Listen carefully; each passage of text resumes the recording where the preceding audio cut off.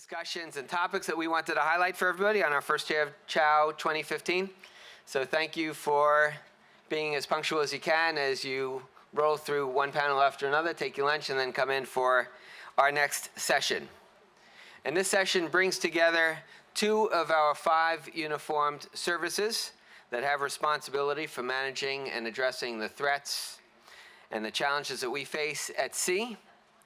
The panel will be moderated by Sherri Goodman, who is also no stranger to Capitol Hill Ocean Week. Sherri's been with us many times in the past years. Sherri currently and recently is now serving as the president and CEO of the Consortium for Ocean Leadership. Prior to that, she was senior vice president and general counsel for CNA, Center for Naval Analyses. And in that role, Sherri led what became a seminal report looking at the intersection between climate and security, going back to 2007. Before that year, there really was no sense of what climate change would do to the world's security. And Sherri led the study that really looked at that for the first time. Prior to that, Sherri was in the Clinton administration as Deputy Undersecretary of Defense, overseeing all environmental services, and began as a staffer on the Senate Armed Services Committee. So a long pedigree. Honored to have Sherri. Sherri will in turn introduce the panelists. Thank you. All right. Thank you, Jason, and thanks to the NIMS team for organizing this conference. It's actually my very first time here at CHOW, so it's a privilege to be here with all of these ocean leaders. And I think it's a great opportunity here today. We have a great panel with Admiral White and Admiral Neto with this oceans community to do some deep dives into the security aspects of our oceans, because they are critically important. They're important to our national security, but they are also very deeply connected with the work that many of you do, whether you're working in science, conservation, coastal resilience, fisheries. The whole suite of topics and capabilities addressed throughout this conference really are deeply connected with security. So we want to give you some ways of talking about the security dimensions of ocean science, technology, observations, and monitoring, because we think it will help you as you do your own work. So we've got a great set of panelists here. Admiral White, who is a close friend of mine. Admiral White is the Navy's oceanographer and also directs the Navy's Task Force on Climate Change. He's joined the oceanography community in 1987 and has had many terrific tours with it, and very pleased that he is here. He's shown great leadership, and among the hats he wears, not only is oceanographer, but he's also got a maritime domain awareness hat. Admiral Neto is the Assistant Commandant for Capability at the U.S. Coast Guard, and so his bio says he's responsible for providing service-wide capabilities, competencies, and capacity, and developing standards for staffing, training, equipping, sustaining, maintaining, and employing all Coast Guard forces. Well, that's a guy who sets the requirements and gets to determine, in part, how the money in the Coast Guard is spent. So he's an important guy. That's what the bio says. Yeah. What I do might be something. Right. So we're very glad that you're here, a native of Maine. Admiral Sacco has also been the Coast Guard's, Neto has also been the Coast Guard's Engineer of the Year, and has achieved many important achievements. So now I want to get right into this important subject, and give each of you a couple of minutes to talk about the maritime threats to our national security, and also how we can drive how we use ocean science and support in risk-based decision-making. Admiral White? Thank you. It's a pleasure to be here again. I was here last year. Those of you who may remember, I was 4 days out of major knee surgery at that point, so I had a leg propped up on a stool. I'm much more comfortable and 100% recovered, so out running on the mall whenever I can, usually after dark, unfortunately.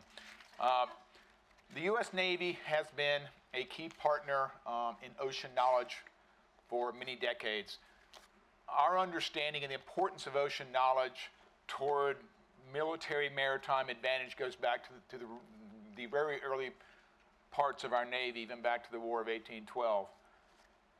We have invested billions of dollars over time to have a better understanding of the ocean, because we know, like I said, that knowledge gives us an advantage over potential adversaries in the under the sea, on the sea, and above the sea. And what it gives us, what I like to call home field advantage at the away games. We pride our Navy on being able to fight and win, if necessary, at the away games. And that's a big part of our national security. We look at adversaries on the sea, whether it's transnational crime or military operations, as one of the threats that you want us to deal with. However, our investment in ocean knowledge over time, and by the way, we apply that ocean knowledge, as Sherri mentioned, toward decision-making, risk-based decision-making is very important. Making operational strategic decisions based on the ocean knowledge. We are proud that we have been able to apply a lot of the research, a lot of the science gains that we've had over those decades to a better understanding of our ocean for many aspects and myriad perspectives, so we can better understand what is happening. And we are a big partner now, and as we move forward in looking at our changing climate, our changing ocean, the other national security concerns that are out there, from our coastal infrastructure to a changing Arctic, to ocean health, to global security, increased risk of conflict due to food security, due to fishing sources, and all these types of things, they start with knowledge, they start with data, they start with research. And we are a big partner in making sure that we can understand that and help apply that risk-based decision making. Where do we need to invest in? What are the future decision opportunities that we have to make as a nation and as a global ocean community? So part of that is also, in understanding the ocean, is predicting the future of the ocean and atmospheric and climate environments, if you will. So we are also a big partner there, and I'm happy to talk more about some of my perspectives on what I see the future holds and some of the opportunities that we certainly have to address in the coming days. So a pleasure to be here. Thank you for the opportunity. Good afternoon, everybody. It's great to be here. Again, thank you for the opportunity. My first time here. This distinguished group of folks, a lot of smart people in the room.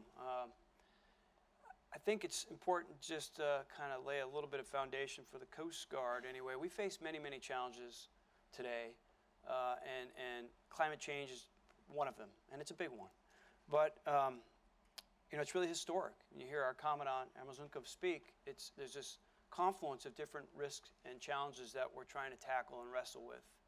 And again, climate change is one of those big ones. But there's increasing demands on our operations, and we're seeing this increase in major incidents, and there's unprecedented modern risks that vary from, we have these new navigable waterways up in the Arctic, which brings us human activity up there that we never really didn't have to worry about before.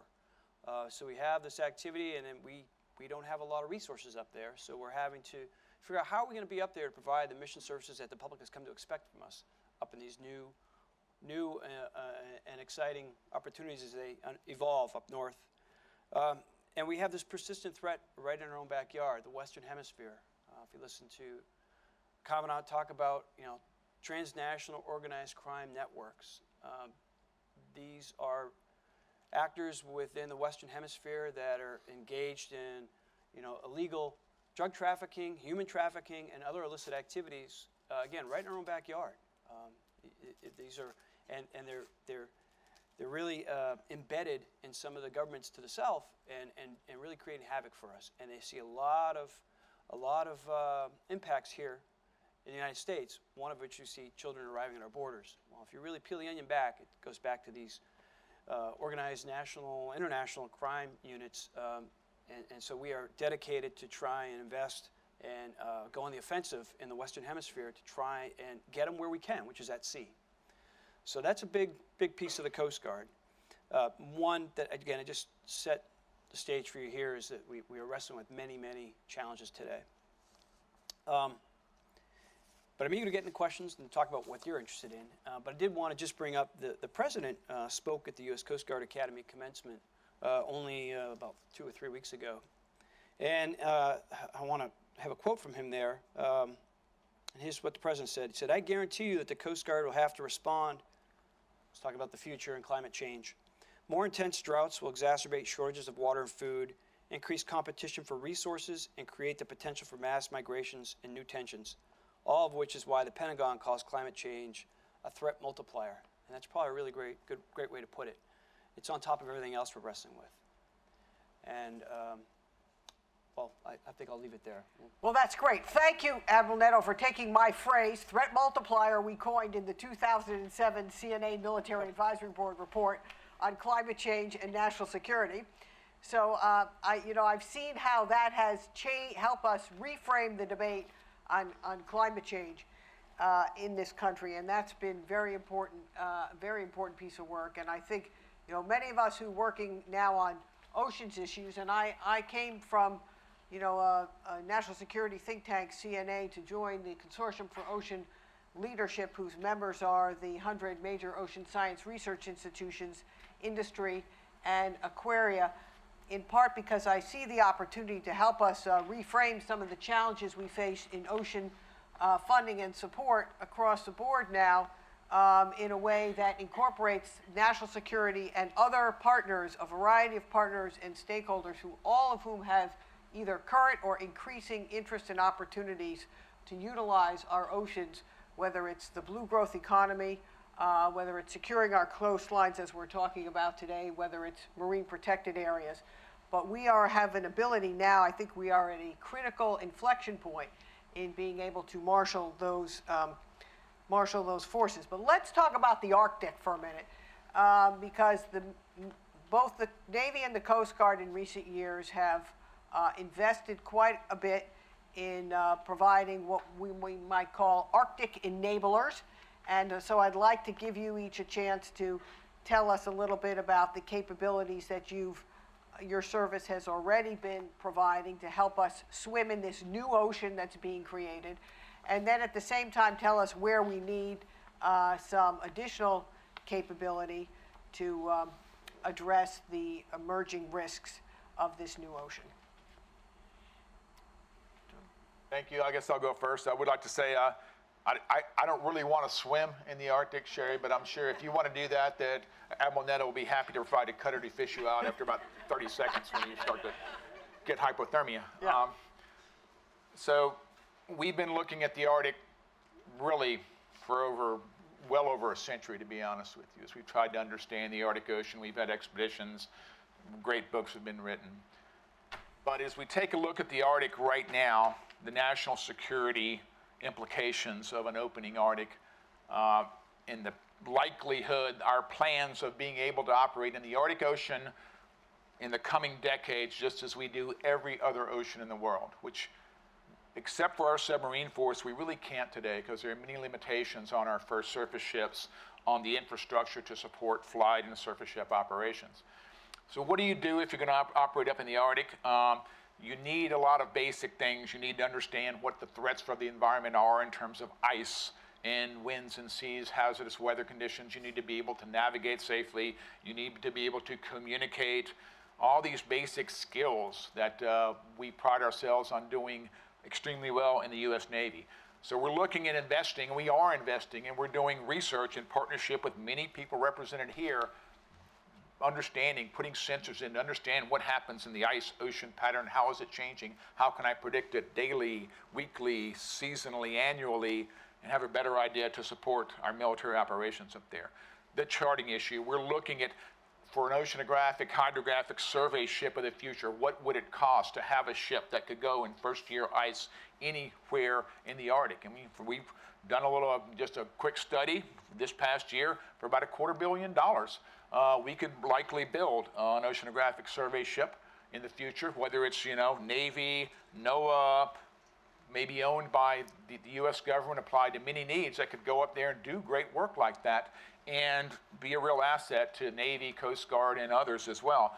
So we start to look at those plans. We look at, with our international partners, of gaining experience in ships that can already operate up there, and some of our Arctic nation partners. Also looking at how do we harden our future ships that are going to be coming online to be able to operate up there? How do we communicate? Again, everybody knows the geosynchronous satellites orbit around the equator. They don't see well over the top of the Earth, or the bottom for Antarctica for that matter. So you can't do Facebook very well up in the Arctic right now on your cruise ships. How do we solve that in the future? We're looking at some of our satellite communications. The Coast Guard is also looking at some other options, as are our multinational partners, because that's a key capability we need for the future as well. So we are investing time, money, and effort, certainly in our Arctic Roadmap 2014 to 2030, which is the exact plan on how we're going to have that Navy that I talked about. So we're all on board, and look forward to working to those ends in the future. And now to the guys who have the more immediate concerns, I think I'll turn it over to my shipmate here. Thank you. Arctic, gosh, where do we begin? Well, we have an Arctic strategy that we put out in 2013 that we're implementing. And, the immediate need up there, the way we address it is we take a mobile and seasonal approach, meaning we take cutters and helicopters and assets and we move them up there as the human activity peaks in the summer months. That's the immediate solution. So as people mobilize to go north and do whatever they're going to do up there, we're right with them, and we stay up there until that activity dies down. And we use our assets that we have now. We have one heavy icebreaker right now, and many are probably aware, the Polar class, and it's we have a few more years in it, but after that, we don't have that capability as a nation. So that concerns us a little bit, and we view that as a whole of government approach. We have many partners that use that asset with us, so we see that as a kind of a looming threat there that needs to be tackled. And the Coast Guard on its own, our budget can't absorb that. So that's something that, as a nation, we have to really think hard about and figure out how to provide that capability. The Coast Guard has stepped up and created a Center for Arctic Strategy and Policy at the Coast Guard Academy, looking at academic view, and that's just straight up and running. So we're proud of that. And we've worked with, again, to provide that capability in the near term, we've reached out to some of our partners. As the Admiral White has said, we're really looking to partners to help us out. And I think that's the only way to be successful up there. But given the challenges, the remote, the logistics, and all that, you have to work together up there. We started an Arctic Coast Guard Forum, working with the other 8 Arctic nations to get the Coast Guards together to look at, started with search and rescue and, incident response, environmental response. We really think that holds a lot of value, and again, all 8 of us are able to come to the table and talk about those issues. So we're hoping that will really yield some fruit for us. Great. Okay, I'm going to start with some questions from the audience, and I also want to let you know that we're taking questions from the online audience, and you can submit your questions through Oceans Live or on Twitter at #Chow2015. Okay. How are the uniformed services weighing in on threats to the earth sciences, i.e. House competes, Commerce Justice Science Committee cuts to NSF, Geo, NASA, and NOAA, given that it is from these areas that their own workforce is developed? Okay. Got that? How are the Navy and Coast Guard coming to defend the budgets in NSF, NOAA, and NASA, where the ocean science, geoscience workforce is drawn from? As a uniformed service, we're in it's a challenging position to weigh in on those types of issues, particularly when they're not even impacting directly our own budget. That's a real tough question to take. I don't know that we have an active effort to weigh in on the budget for those types of things. I mean, at least official, there may be communications that we're involved with some of our liaison folks that might occur, but I'm not aware of any active Coast Guard position that would reference someone else's budget. It's an interesting, you talk about workforce a little bit and dwindling budgets from, some of our federal funding agencies. It's a little bit of a mixture of questions. I would start with the workforce issue and said that, we are very proud to have a strong science based workforce in the U.S. Navy, both in uniform and in our civilian personnel. Look at these, this young lady and not quite so young gentleman over here both went to the United States Naval Academy and studied oceanography. Yeah, the guy that's not paying attention. That's okay. But anyway. That's only because he's in the oceanographic That's right. community. He's trying to tell me how I messed up. But at the U.S. Naval Academy, roughly about 9% of the graduates of the Naval Academy major in oceanography right now. It's a pretty large number. We bring in people like myself who went to other universities who can specialize in oceanography, meteorology. We also bring in a lot of engineers. We have them too. I don't know if we have an engineer of the year, but we have a lot of those science, technology background folks in our workforce, and I don't see that stopping. When I go to conferences, meetings like this, I look at the workforce opportunities of the future, whether it's the Canal Sea grants or others, and there's a huge workforce available for the Navy. We do a lot of our civilian personnel as well. As we look at the federal budget for a lot of these things, which is a big concern, and the issues there, I suggest we have to do much better in partnering with private industry. Much of private industry, whether it's petroleum, whether it's coastal infrastructure organizations, have a need for better understandings of ocean science. How do we start to play better as a professional team, as a major league team, of partnering to address the key common issues across that and get the best return on the investment of the precious money that we do have, both federally and privately? Great. Okay.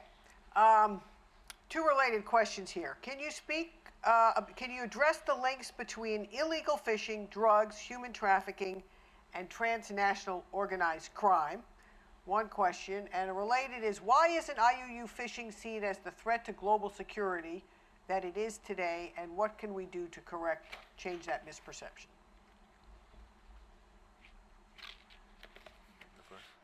I can go. I think, if I understand, although your answer is much better than mine. Maybe the last one. I think with the first question, I think they are all related. I mean, these organizations will do anything they can. It's about making money. And they'll engage in any illicit activity that they can make money in. And so they touch all those things. So I wouldn't rule out any activity where they can make money. And illegal fishing is just another one. And so I think they will engage in that. And they probably do engage in that. How that, IEUF impacts national security, I think it does. I think there is recognition that it does impact security. There's huge impacts. It destabilizes some of these smaller countries, that can't protect themselves. And I think that's seen. So as we acknowledge that, and we're committed to it, the challenge, as we just touched on, is the budget continues to shrink, and our assets, we only have a limited capacity. We're faced with a real challenge of trying to figure out where do we focus and how much do we focus. So it's definitely still a commitment. We're still dedicated to it. We still engage in it. We're trying to leverage, again, looking at partnerships. We're out working with some of these other nations and trying to develop agreements so we can help them enforce some of these requirements in their own waters. And we're actually putting people on other naval combatants and to extend our reach, Coast Guard reach, by using our authorities on someone else's ship. And that seems to pay great dividends for us. Everything that Admiral said, this is a Navy Coast Guard team effort in combating transnational crime. I have a Coast Guard ribbon, as I pointed out when we were getting ready to come out here, because we had a Coast Guard detachment embarked on a frigate that I was on, and we took down a cocaine smuggling vessel in the Caribbean with tons of cocaine on board back in the 80s. We've been doing this for a long time. IUU fishing is a growing problem and a growing concern. Our president established a task force on IUU fishing and fraudulent seafood, as most of you know in here. That task force met and decided that they were going to give this term called Maritime Domain Awareness, which in my mind is knowing where everything that floats on the water is, what it's doing, where it came from, and where it's going. Every vessel that's out there of any significance. And that information we use today for the type of transnational crimes, as you talked about, human trafficking, drug smuggling, and also illegal fishing, whether it's high seas drift nets, whether it's fishing in marine sanctuaries. And we have recent examples of the Navy Coast Guard team knowing where a vessel is, understanding it is breaking international law and interdicting it. And so we are doing that. We're taking seriously. And the president and his task force said, Department of Homeland Security, Department of Defense, you're in charge of teaching the rest of the federal government how to do that maritime domain awareness stuff. So we're very happy to take that on, and we're working very hard to make sure that we can now apply the lessons we've known and learned for decades to this sort of not growing, but a growing understanding of the concerns of national security based on IUU fishing. Okay, good. Couple of energy-related questions. Okay. Admiral White, can you speak to the security implications of the options to export crude oil overseas versus shipping refined products? Admiral Neto, as we grow energy production at home, two areas that are likely to see unprecedented growth are exploration and production in the Arctic and movement of Bakken oil from the Dakotas to the coast, with increasing movement of oil on rivers. How will the Coast Guard expand its presence for safety and response in these two areas?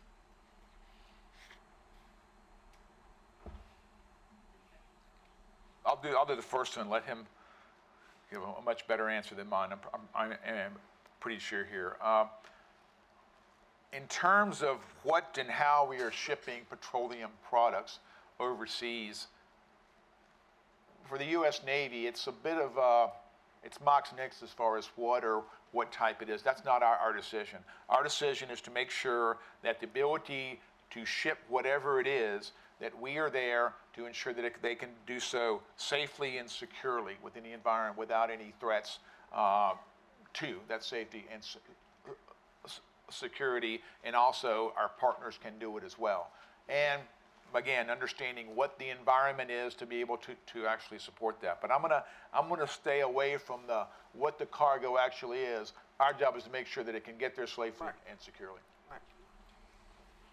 So this huge increase in energy production here domestically, both in the Arctic and Bakken, Eagle Ford down in Texas, throughout the country, really. Yes, it is big.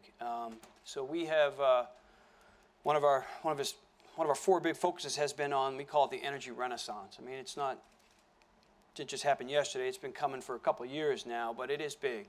We're seeing a tank barge delivery every day, brand new tank barge. So yes, these inland waterways are crucial to the safe and secure movement of those cargoes, and we're committed to that. We've got an action plan in place to try and again, leverage what we have, working with our partners, working with our stakeholders, working with industry to figure out how do we get, make sure we're being as effective and efficient as possible, realizing any savings anywhere we can. We have things like regulations pending for towing vessels that are moving these barges to make sure that they're inspected and safe. We have inspectors in every one of these tank barges that's delivered to make sure, and it's periodically inspected to make sure it's maintained properly. In the Arctic, we're partners with DOI at many levels, from the local all the way up to the national level, to make sure we're engaged, we're appropriate to at every level of that activity to make sure it's meeting the standards set by the federal government, and again, even working with the local. So it's a big workload. It's an important piece of what we do, and we remain committed and are trying to leverage everything we have to make sure it's done safe and secure. We'll keep doing that. Okay, good. Here's a climate change question.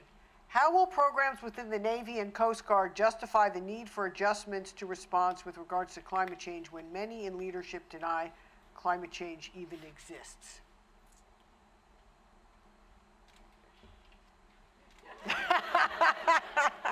So, not in my budget, right?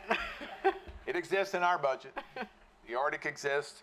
Our research into doing a better job of predicting the environment from the 0 hour to the 30-year scale, through an investment, a partnered effort, a multi-agency effort called Earth System Prediction Capability. We're working with the National Weather Service, NOAA, Department of Energy, NASA, Air Force, others, to really improve our national prediction capability along all those timescales. And understanding, and then as we are looking at specific areas of our U.S. coastline, north of Hampton Roads being the big one, subsidence on top of sea level rise, and what preparations, what can we do? So we're very much investing in understanding climate change. We're a fact-based organization. We look at the facts of what is happening from the Arctic to coastal infrastructure to catastrophic weather events around the world. And so it's a big part of our strategy, a big part of the DoD strategy. This has been well documented, probably somewhat instigated by your work starting in 2007 as you sort of kicked DoD in a tender, sensitive place and got them moving on that. So we are very much in it now. Yes, we run into opposition about climate all the time, but I look at it as being a fact-based, scientific-based organization, thanks to the great young scientists like I talked about in uniform. You know, we can't, you know, we don't give up. Just like the scientists didn't give up several hundred years ago when there were people that said that the Earth is the center of the universe and we're going to put to death anybody who doesn't believe that. Well, people sort of knew that wasn't true. So if you believe that our climate is not changing, then you are denying what I believe is an obvious fact, and that I think public opinion and therefore larger leadership and government opinion is changing, and I look forward to helping to keep instigating that change of the reality. And our budget reflects that even today. There we go. Yeah. You heard it here. Ciao. I'd simply say that we know the ice is melting. We know the sea level is rising. We know that the storms are violent and more frequent. And we're responding to that. You know, there may be still a debate amongst some about why is this occurring. Bottom line, it is. And the Coast Guard remains committed to try and continue to provide a level of services and the types of services and fulfill the mission sets that have been bestowed upon us, despite this change that we face. And I think that we're getting favorable support from folks we work for to try and ensure that we have those tools we need to continue to perform. Thank you. Okay, in the Arctic today we have a new ocean, but in the South China Sea we have some new islands, thanks to the Chinese. How do we address this?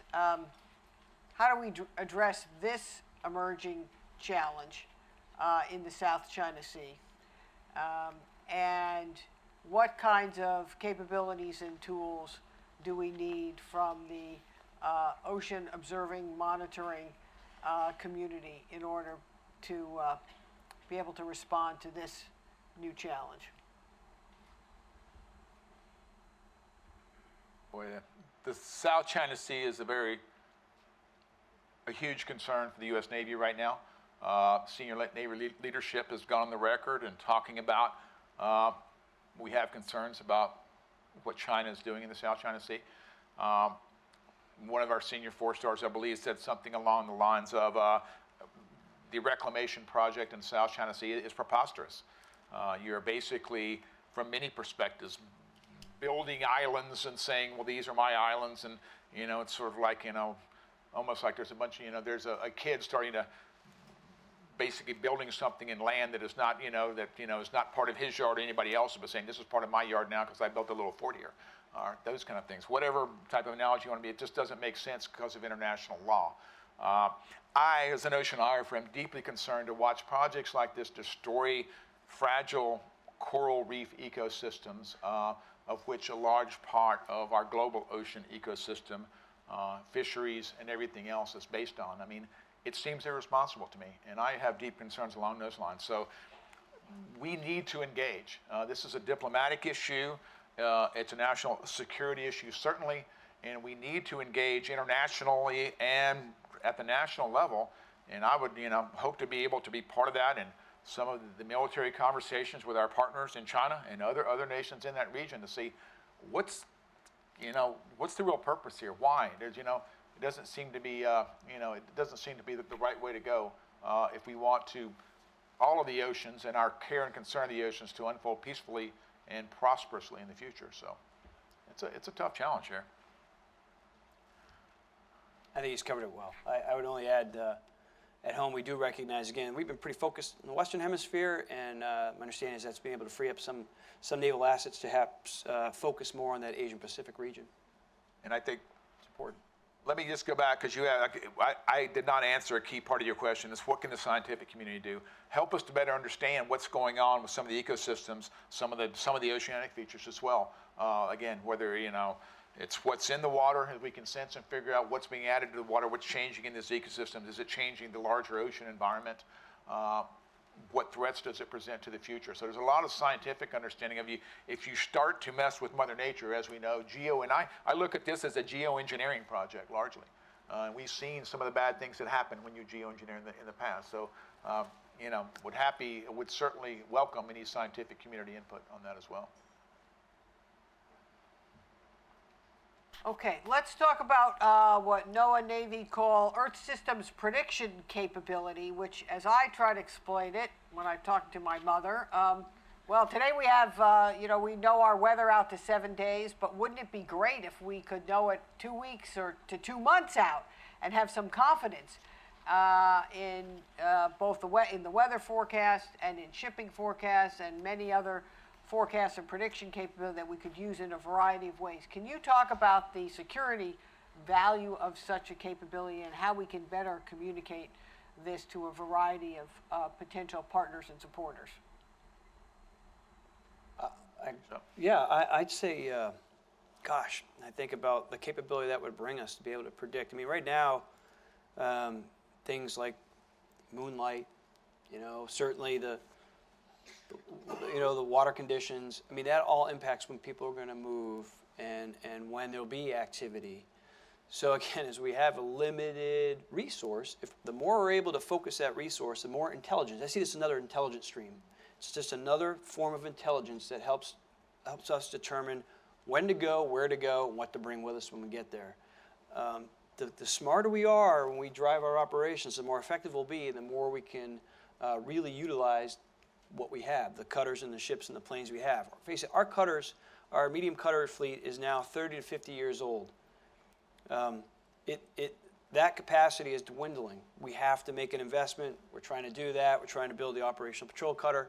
But that intelligence is critical for us being effective in our operations. That we welcome that. That's the importance of this effort called ESBC, as you mentioned, Sherri. The operational mandate, the risk-based decisions that our Coast Guard, our Navy, our military, all of our national security organizations, they deserve the best possible science-based predictions of what is happening with our environment for the operational type of decisions that are being made. What about, like you said, a seasonal thing? What if I could tell you that, well, it's going to be a really active hurricane season in the Gulf of Mexico, but only during the last 3 weeks of August and the first week of September. Other than that, you're going to be pretty good to go. Or it's not going to be active at all. Or we're going to see a lot of typhoons in this part of the Western Pacific or whatever it might be. There's going to be a lot of ice melt this year, and there's going to be some big storms in the western side of the Arctic, so we're going to have some major flooding events in Nome. Whatever it may be, if we could get skill in actually predicting these things, it enables much better decision making, including the long-term decision. What is really going to happen with sea level? Whether I look at the IPCC or I look at our National Climate Assessment, you start getting anywhere beyond about 10 years, and it's somewhat of a crapshoot. There's a lot of climate research going on toward answering that longer-term question of, when do I need to make the hard decisions on how to raise the roads? Do I build seawalls? Do I change plumbing, sewage, infrastructure? Those kind of decisions really rely on better prediction. So you can see, you go very quickly from the, in the Arctic they say, what is it? A 72-hour forecast in Washington, D.C. is about as good as a minus 24-hour forecast in the Arctic. We need to do a better job of forecasting weather today for the Coast Guardsmen and women that are going up there and doing those jobs. We also need that longer-term prediction to do the national security things that we've talked about. So it's a huge effort and a mandate, I think, for our entire nation. Okay, another audience question. Many of us recognize that Russia is building up infrastructure, reopening bases in the Arctic. Admiral Papp says we shouldn't be overly concerned about this rising activity, but can you explain, as unclassified as possible, what the Navy and Coast Guard are doing to monitor and help keep up with Russia, given our limited budgets? FSR. Yeah, I'll take a a shot. And then I think the Coast Guard is a great example of working to answer the operational needs with Russia. So I think, Admiral Neto's going to, he has some great insight there. I would just say that, I'm frustrated and disappointed that we haven't been able to work more with Russia up in the Arctic due to things that have happened elsewhere. I work closely with folks from other agencies, from the State Department as well, to figure out how we can, how we can work around some of the diplomatic and security issues to solve the Arctic problems together. Because let's face it, Russia is the largest Arctic coastal nation. They have a lot of infrastructure up there. They are seeing huge domestic opportunities in terms of oil and gas and shipping, transit, and all these kind of things. So you could see why they would want to build that up. But it's hard to understand sometimes the military perspective that this question gets after. And why? What's the military requirement? Do they really perceive a threat? And if they do, why do they do that?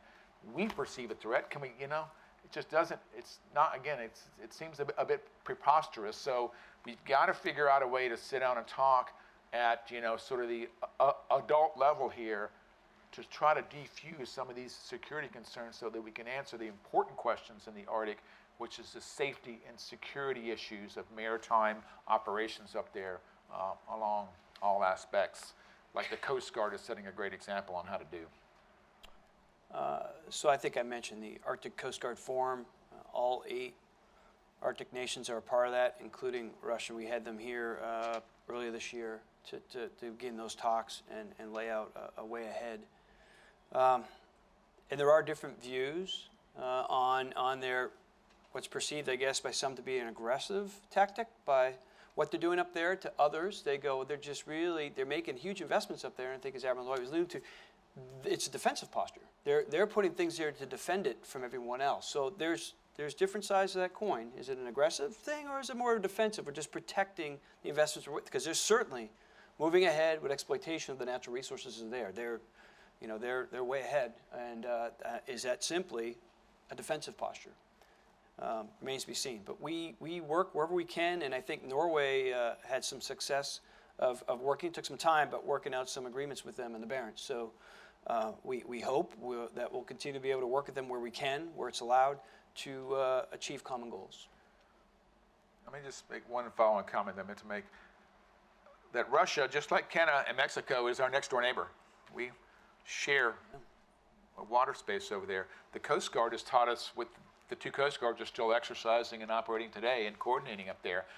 A couple of years ago, I had talked to some of my counterparts in the Russian Navy about how in the future could we operate some of our oceanographic survey ships, possibly in partnership up between Alaska and Siberia and the Chukchi, and up in the Chukchi and Beaufort Sea areas. And there was a lot of positive momentum to do something like that. I look forward to being able to do that again. We've got to get beyond this current state because there's such huge problems. So I do believe there's opportunities. I think there are a lot of optimistic people in both nations that want to do that. So it's just getting the right people to the table to resolve some of the concerns that are ongoing. I was in the Arctic twice recently, once in Svalbard, Norway, and where the Norwegians presented to us firsthand the agreement you referenced, Admiral Neto, they reached in the last couple of years with the Russians on fishing, where the fish actually spawn in the Russian waters, but they're caught in the Norwegian waters. So they share some very plentiful fishing grounds, which with climate change and species moving further northward have become even more plentiful in recent years. So it's right now a very productive area. And in Barrow, Alaska, where we have a whole different set of Arctic challenges. But I also had the privilege in the 90s of managing a program called Arctic Military Environmental Cooperation in the early years of the post-Cold War period, where U.S., Russia, and Norway came together to help deal with waste streams from decommissioned nuclear submarines and make sure that they were managed safely and away from oceans and coastal areas. And so some of that infrastructure, that diplomatic and engagement infrastructure that was set up back in the 90s actually still exists, although it's not been utilized in recent years. But there is the possibility that should we get beyond this current, some of the current challenges we have with Russia elsewhere in Europe, that there is the opportunity to increase cooperation there. Okay, we have a question about cybersecurity. What are your concerns in this maritime area, and what risks should those of us who are working on oceans issues be concerned?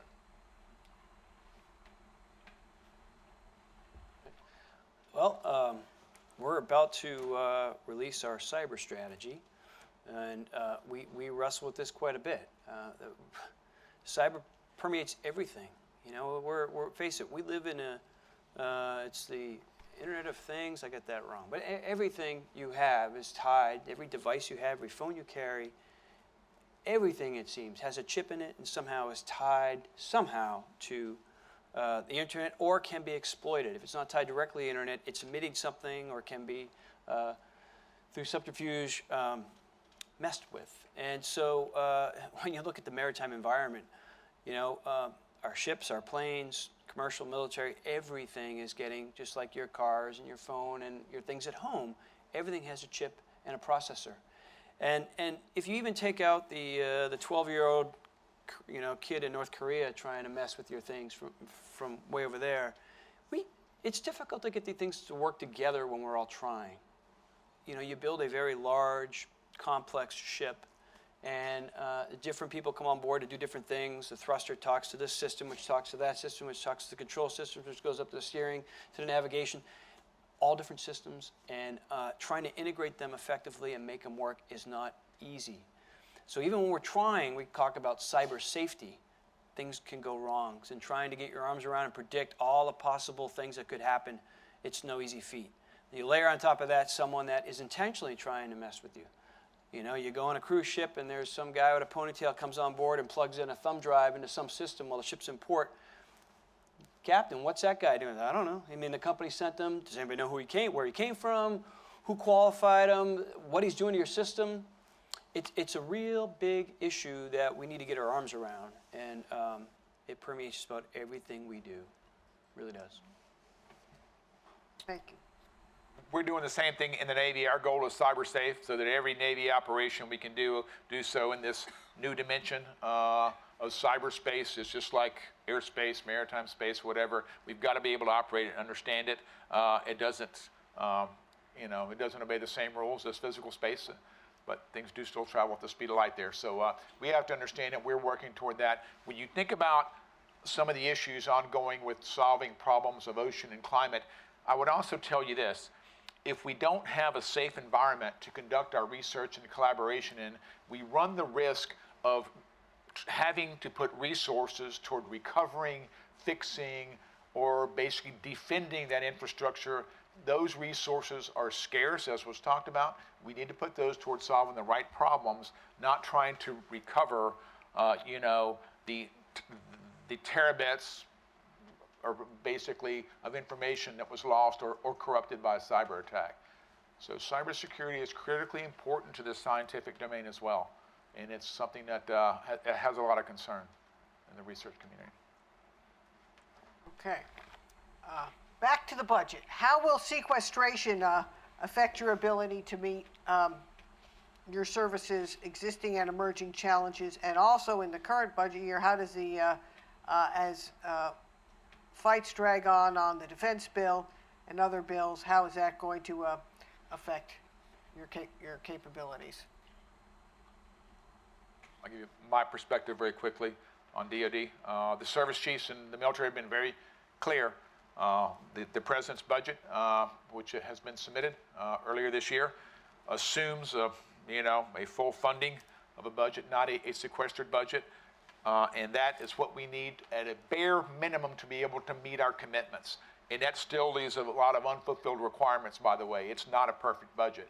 That is a bare bones budget. And we still leave a lot of things undone, especially in terms of future capabilities and risk.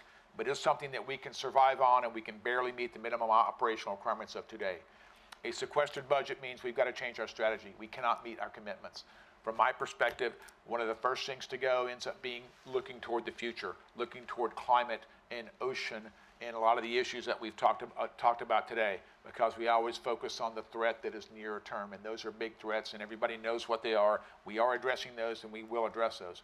But we cut back our investment on future readiness and future capabilities at a huge peril, I think, and the people in this room actually recognize. So it's critical that on the DoD side that we do fund our budget at the level of what's been put over there, or we'd run major risks toward our investment in the ocean, in climate, and our readiness and the risk-based decisions that we face, Jerry.